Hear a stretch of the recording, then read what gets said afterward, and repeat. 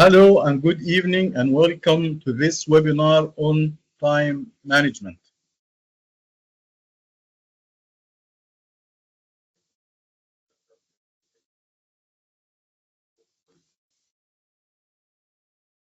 So, according to my 6 principles for effective project management, given a competent project manager has been selected and appointed to manage the project. Let's always remember, without a competent project manager, projects have a very hard time to succeed. Chances of project succeeding without appointing and nominating a competent project manager is almost zero. Statistics tell us projects that have a nominated competent project manager has a success rate of almost 50%. So if you have a competent project manager at the helm, driving and directing your project, and you end up with a success rate of 50%, imagine trying to manage a project without an appointed and nominated competent project manager. So everything we discuss is fundamentally based on the pretext that the project has a competent project manager responsible for directing and steering the wheel of the project. So our first principles are inputs, and our inputs are information, resources, and material. And unless, as a project manager, I understand that a project is a process, and like any process, it must have inputs, processes, and outputs. And without the processes and inputs, the outputs can never be achieved. The second principle, management is divided into administration and leadership. And we say leadership means influence and facilitation. The third principle is maintain visibility using S-curves and earned value analysis. The fourth principle, differentiate between project life cycle and project management life cycle. Fifth principle, differentiate between project deliverables and project management deliverables. And the sixth principle is use project management software for all projects professionally. So starting from this point, we have to appreciate that all the principles are speaking to the project manager to pay attention to certain details that will assure the successful management of assigned projects. So management is divided into administration and leadership leadership is equals communication, and communication plus emotional intelligence in order to achieve influence. And of course, between brackets, leadership is also facilitation. So the project manager has to facilitate for subordinates, not only influence subordinates. So now that we understood that when we speak about project management, mostly we are speaking to project managers. We are teaching project management to project managers. So the role of a project manager is of utmost importance, and we are going to discuss it now. Just to indicate how important the project manager is for the project. Also, the time of the project manager is very important for the project. So it is widely acknowledged that about 90% of a project manager's time is spent in communications. Like we mentioned, management is administration and leadership. Leadership is communication plus emotional intelligence to achieve influence. So the project manager is not just communicating for communications, but for achieving project results through communication. Okay, so the most relevant word to our webinar today is time. So let's see how a project manager spends his time. Okay, so a project manager has many things to worry about. The team, the customer, budget, delivery deadlines, the quality product, processes, and much more.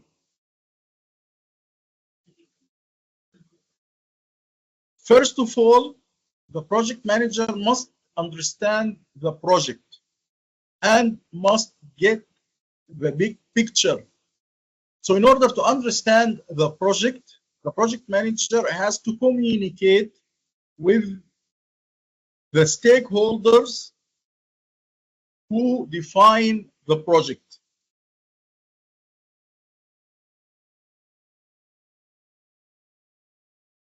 So in order to understand the project manager has to understand the stakeholders, engineers, designers, architects, contractors, customers, sponsors, support functions, project team, and so on. So a project manager has to understand stakeholders and their expectations in order to understand the full picture of the project. Otherwise, he's going to deliver a product that is irrelevant. So starting off, the project manager has to put on agenda, call for, and reside on or chair a project kickoff meeting in order to get everyone on board and set the project expectations. The project manager has to balance desires, wants, and needs with constraints of cost and time. A project manager has to be vigilant and always on the lookout for risks ahead as well as changes ahead.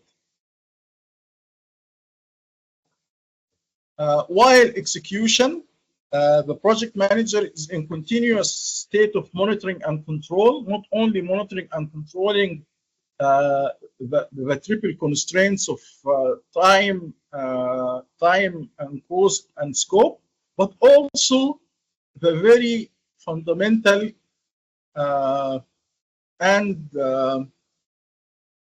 implicit requirement of producing a quality product. So also the project manager has to monitor and control the quality of the product. The project manager has to manage the team through conflict resolutions, motivations, and appreciations to keep the team together and performing. Like we stated earlier, the project manager has to keep an eye that is monitor value, cost, time, and quality, as well as risks, and of course changes, which are a special kind of risks. So when a project manager is managing changes, it could be changes to scope, it could be changes to time, it could be changes to cost. It could be changes to legal requirements. It could be changes to quality standard to follow, applicable quality standards or whatever. So whenever a change is imparted on the project, the project manager has to bring the project back on track. So a project manager has to realign plans to achieve set goals. And of course, the project manager has to communicate. And here we mean formal communication, which is reporting. And thus, a project manager shares updates with stakeholders regularly. And like we said, when we speak about a project manager managing the team, he has to appreciate the team, and part of team appreciation is celebration of success. Celebration of success is a very, very important activity that a project manager has to do, that was overlooked in so many projects by so many project managers, which is not right. But it is a challenge, and part of being a skillful an experienced project manager is to maintain visibility and share the maintained visibility, and always stress success. So at certain milestones, when celebration of success is due, the theater of operations is prepared and ready, and is receptful and acceptable, or finds it acceptable to have a celebration at this particular point. All that is said is the tip of the iceberg with regards to what the project manager has to do with his time. Because the project manager has other roles in life. For example, he has roles outside of the project. He has his own personal goals, his role as a person. Maybe he has a family, so he has a role as a husband. He has a role as a father if he has children. He's part of a group or a club or a community organization or a music band or whatever he does in his spare time. So he has a role towards such bodies. So the time of the project manager within and without the project is filled with so much activities and duties that are not seen as part of the iceberg. However, they are under the sea line, the seawater line. Okay. So now, why do we do time management? Why is it important to do time management? Why? Or to learn about time management? Because it's basically a skill that can be acquired. So it's not a talent. It's a skill that can be taught and learned, and it can be therefore practiced and acquired. So it's not an art. It is a useful ability to be proficient. It is a useful ability to be proficient at in an ever increasingly complex and demanding world. Its goal is to improve effectiveness and efficiency, and is therefore a tool for achieving personal and organizational success. So being effective is doing the right things. Normally, when we talk about time management, we think efficiency. And what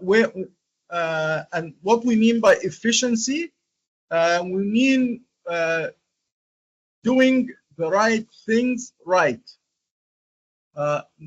Doing the right things right is effectiveness, and efficiency means doing the right things every time.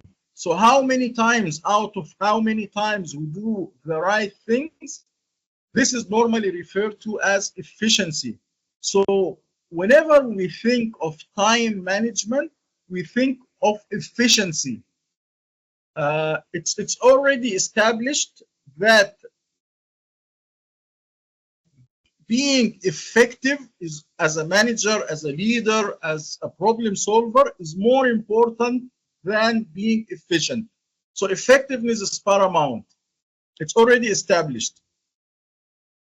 So the conception that time management is for efficiency is a fallacy. The reality is you can only be effective if you manage your time well. So time management is about effectiveness and not only efficiency. So there is not an automatic correlation between working hard and being effective. Many people are working hard but are not working effectively. So here it's very important to understand that effectiveness happens through successfully obtaining and mastering certain skills and abilities, among which is time management. So time is life. It is both irreversible and irreplaceable. So time is a very limited resource, and time equals our life. To waste your time is to waste your life. But to master time is to master your life and to then make the most of it. So this is the key answer to what is the relation between time and effectiveness. So if you are in control of your time, you are mastering your time, you have sufficient time to study, analyze, and understand in order to come to the right conclusion and therefore draft the right solution. So effectiveness can only be achieved if time is managed well, so that enough time is subsidized for planning and for investigating.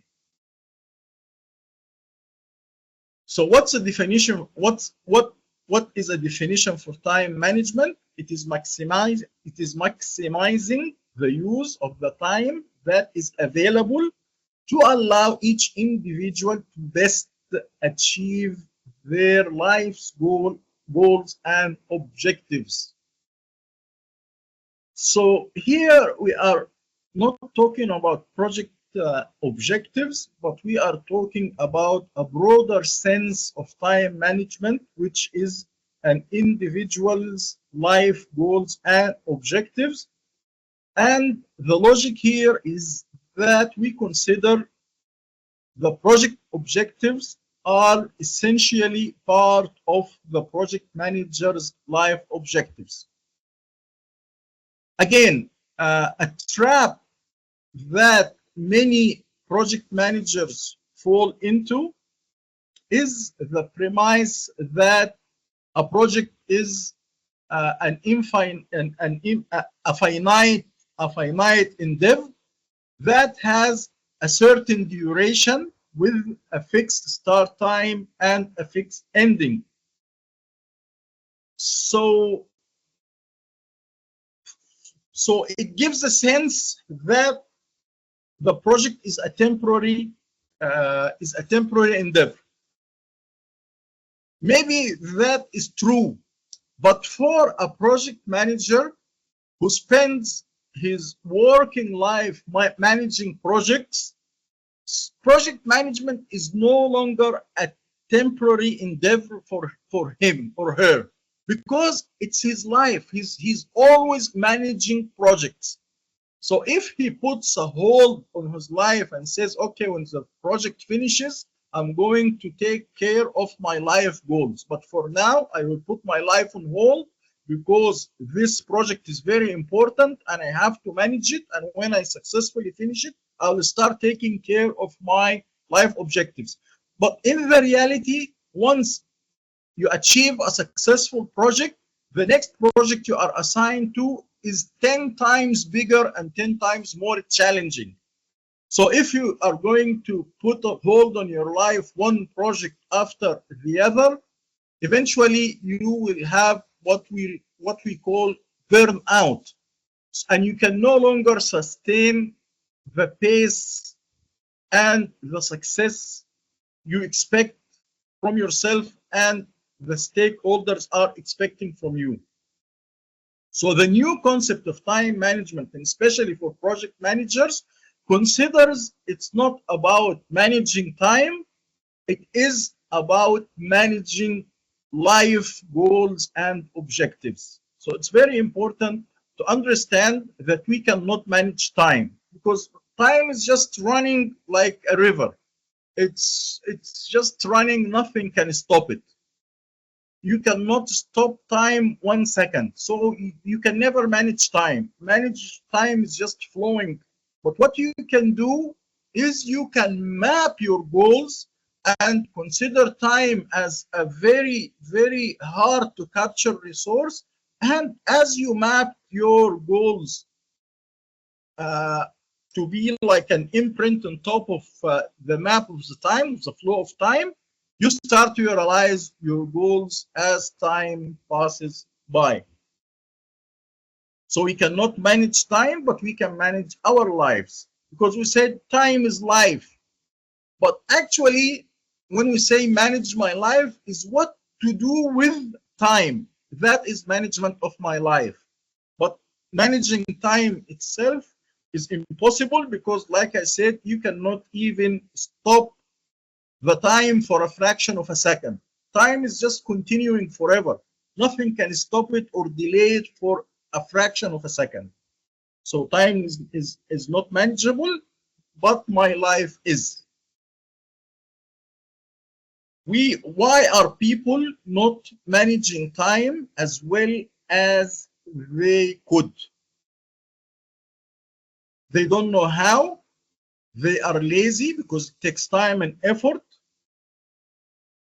They are crisis management junkies.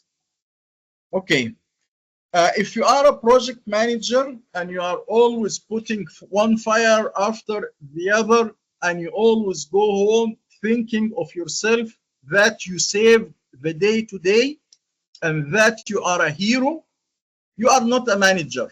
You are somebody who's just wasting the organizational resources. If you are a manager, you will have things under control, and you should not run into crisis except maybe once every several years. If you are a true manager, you will not have crisis. You will be managing, because you are either managing or not managing. If you are managing, you will not have crisis. Once you have one crisis after the other and one crisis after the other, you are not managing, except if it is planned, because we have a form of management that we refer to is management by crisis. It's different from crisis management. Crisis management is one thing, and management by crisis is another thing. But if it's not planned to manage by crisis, to use management by crisis, of course, the most fundamental and applicable form of management is management by objectives. And of course, management by walkthrough and management by leadership and so on. But we also have very special kinds of management, like management by crisis. And if you are, according to your plan, you have a management by crisis plan, so it's fine. But if you have a management by objective plan and you actually end up from one crisis to the other and you get a rush of adrenaline every time and you end up becoming a crisis management junkie, you are not a manager, you are just a junkie.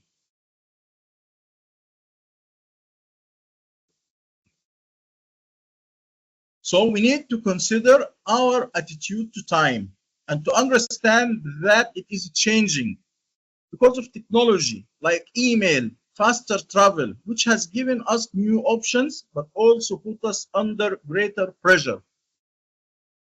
For example, when I started off as an engineer in the 90s, if I want to get like a special spare part from Europe, I would normally use a fax machine. And fax machine at that time was considered a revolution because it revolutionized two things, revolutionized the world at the 80s and 90s era. Number one, container shipping. It made shipping a lot faster. So movement of products became extremely faster than before container shipping. And fax machines, because fax machines allowed us a means to communicate almost instantaneously. So I can request a part and the supplier could send me clarifications and I could answer the supplier clarifications almost in the same day or in a few days, for example. Before that, we used to communicate because I needed him. I cannot speak to him over the phone. I need to send him technical drawings. So I will send him technical drawings without a fax machine by mail. It will take maybe a week. So he will put his comments and remarks and send it back to me. It will take another week. And it will go to and from for a few months, and then we have shipping. So it used to take me like almost 6 months to get a certain part. After email and after e-commerce, two things happened. Air freight became cheaper and accessible, and emails. We have emails. So I can ask for a spare part today and send all the drawings by email and get comments, and by the end of the day I will have my part shipped. So maybe in 4-5 days, based on customs clearance and things like that, because it's air freight, I will have my part. It used to take me 6 months. Now it will take me only 6 days, let's say. So 6 months became 6 days. So it's a whole new world. So concept of time required for purchasing and importing a part has reduced from 6 months to 6 days.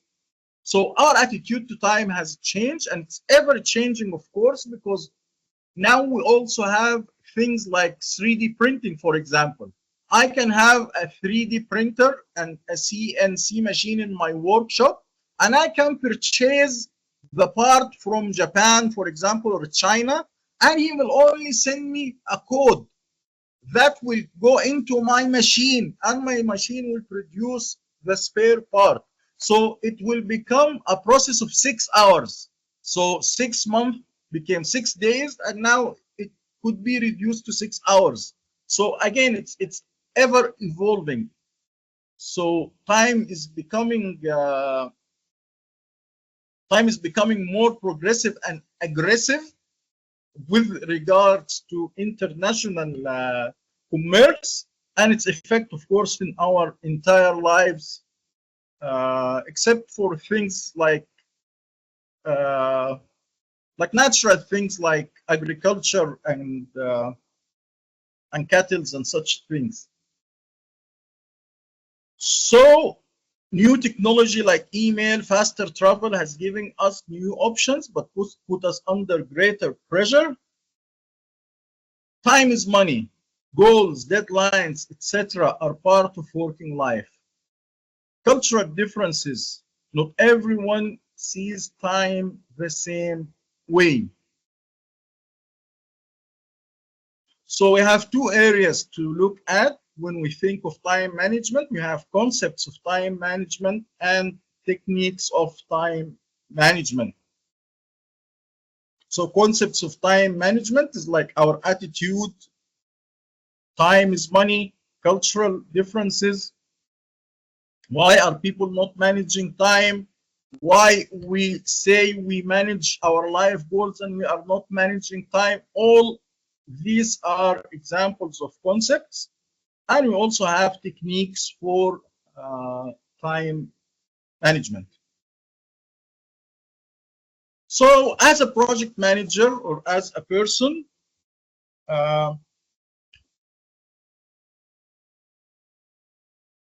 pressure exists when there is an imbalance between demands being placed on you and your ability to deal with all of these demands.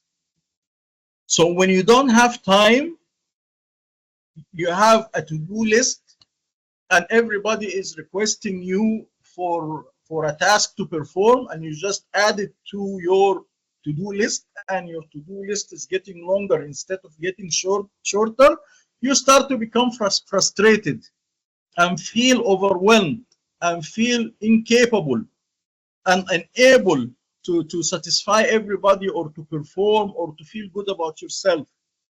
So you start to feel pressure. So what can you do? You should apply time management techniques.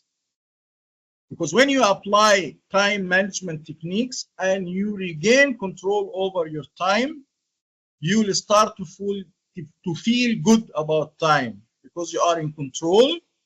And when you enjoy what you are doing and when you have a sense of purpose.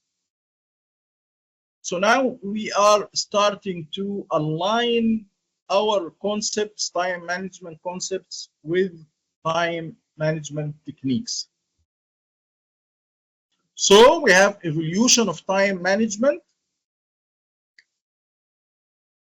Right off the bat, it was how to get things done. It's an era of to-do lists, checklists, and notes.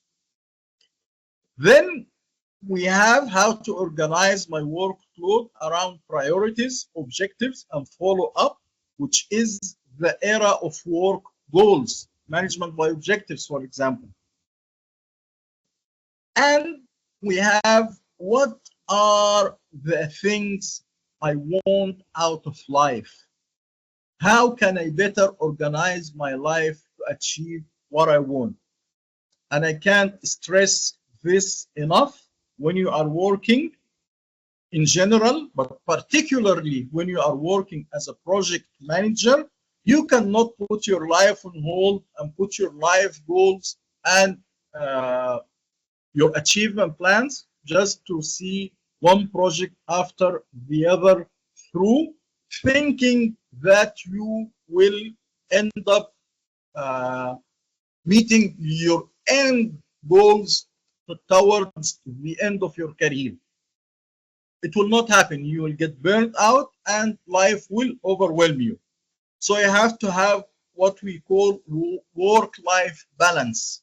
So now when we talk about evolution of time management, we are talking about work-life balance. And like we said, life and time are interchangeable when we talk about time in this context. So why manage my life? So people who lead balanced lives are more effective.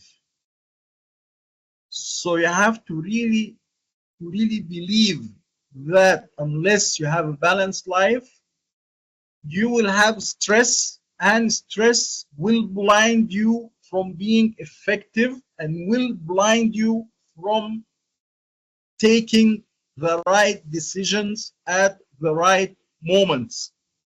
So maintaining a balanced life is very important for one's effectiveness. So we have an increasing non-work demands like family, health, religion, and leisure. So it's becoming too hard to treat work and non-work as separate entities. So time is a limited resource, and you have to manage it, your time, as a limited resource, and you have to manage it as such. You cannot manage your time only during work, and you have to-do lists and you have objectives, and for your life and the remaining of your day, you're not doing the same. No, it has to be a whole sum unit, because again, if in your spare time you ignore your work, so you do not get enough sleep. And if you do not get enough sleep, you come back next day to work tired. And when you are tired, you are unable to make right decisions, and you probably will make wrong decisions.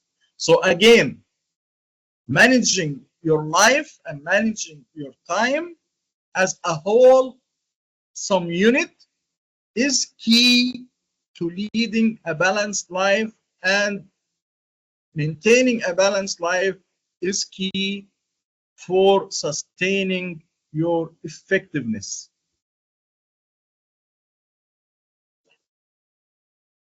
So what are some time management processes? You have to examine your life from the big picture. View your life from the perspective of the roles you fill. Set specific goals for each category or role. Prioritize them. Organize your schedule around them. Review, update, and reorganize them frequently. So, like we said, you have to examine your life from the big picture. And what we mean by the big picture: decide short-term career goals. Plan long-term career goals. Decide short-term personal goals. Plan long-term personal goals. Write a personal mission statement. So it's very important to have your own strategic plan. You have a mission statement explaining who you are and what you do and why you exist. And of course, you must have goals. And when we say goals, we are speaking about your vision. So you need to have a vision, which is long-term, short-term goals, long-term goals. So you have a vision. And also, you must understand yourself and your position and your situation and how your goals and objectives align with your values to compose your mission, so you have an aligned uh, plan for your reality. So when you know what your specific objectives are concerning your distant, immediate, and intermediate goals, you will be more apt to recognize that which will help you to achieve them and be more content. So when you understand your goals, you will start to value some goals over others, because some goals will support your vision and mission more than some. So whenever we say goals have to be smart. So you cannot just say a goal without being specific, measurable, achievable, realistic, and time bound. So life goals are just like any other goal. They have to follow the SMART framework. What are some examples of the roles you or a project as a project manager or just somebody? So you are a father, you're a husband, you are a personal administrator, you have marketing, you have customer service, and you are an operations manager. So you have different roles, and you have to understand each role has different stakeholders, and each stakeholder has different demands, and you have to balance all obligations according to available time. And like we said, you map and chart your time and your obligations in order to be successful on what is referred to personal success wheel, which you must have a balanced finances. If you neglect your finances, you will not have a balanced life. If you neglect your romance and love life, you will not have a balanced life.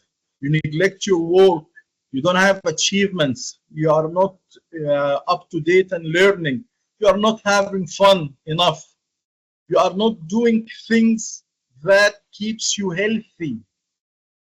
Uh, you don't support a bigger cause, for example, environment, and of course your friends and family needs. If you are seen by your friends and family as somebody who is useless, for example, because you are never present and you do nothing for them, then it will have a pain, it will cause you some pain and stress and discomfort, which you don't have to live with. So when we speak about priorities, and when we say we prioritize our activities and we prioritize our obligations, so what do we consider a priority?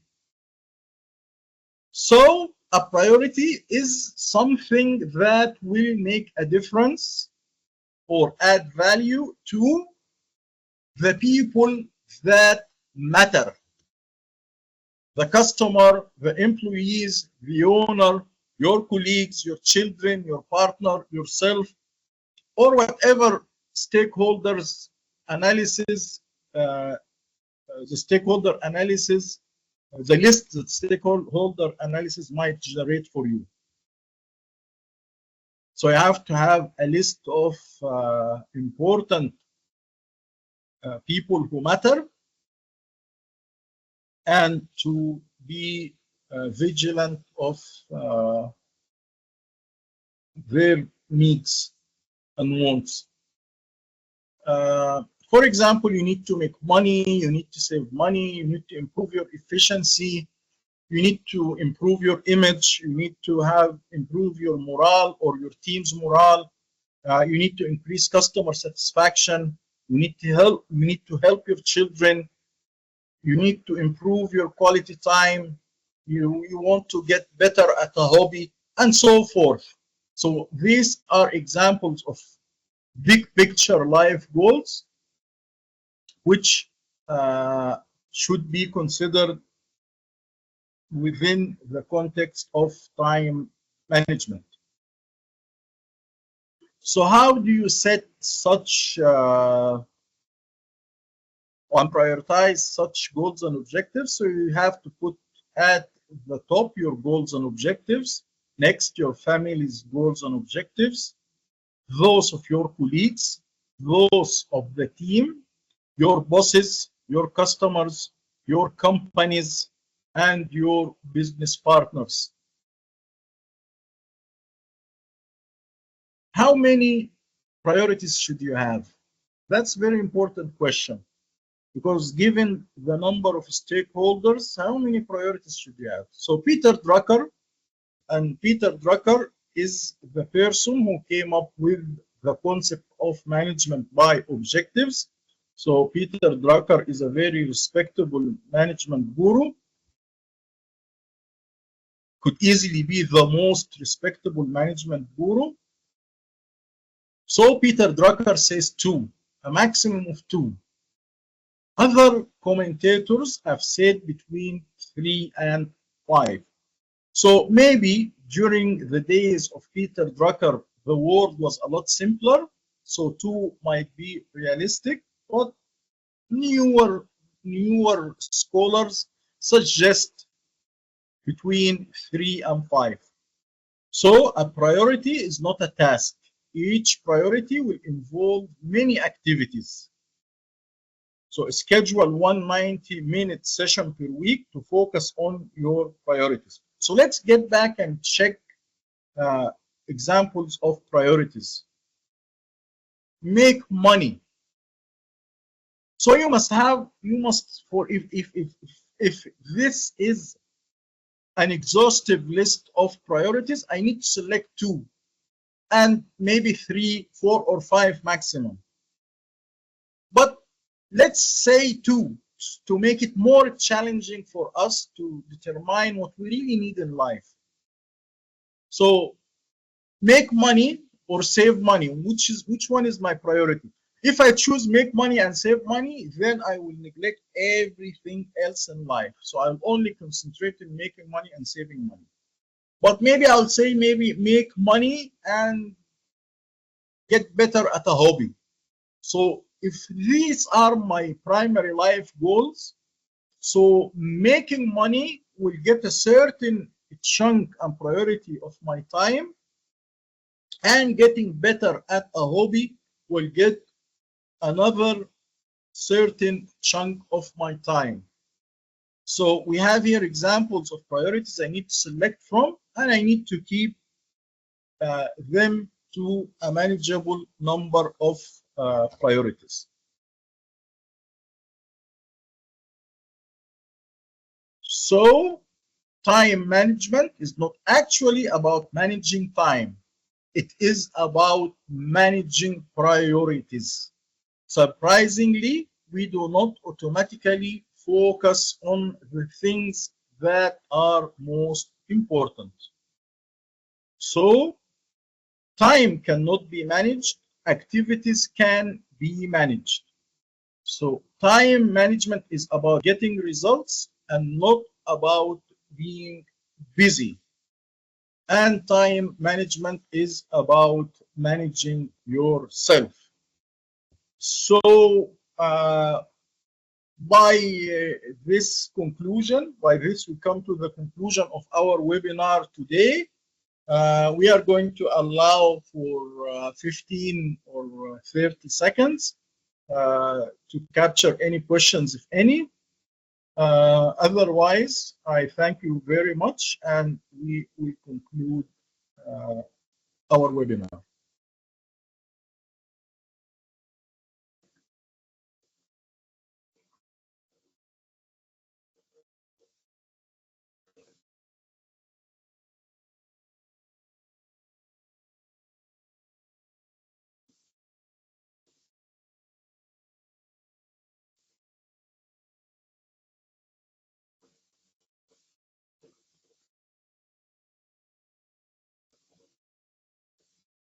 Okay, I thank you very much for your attendance today, and look forward to have you in our next webinars. Thank you very much, and wish you a very pleasant evening.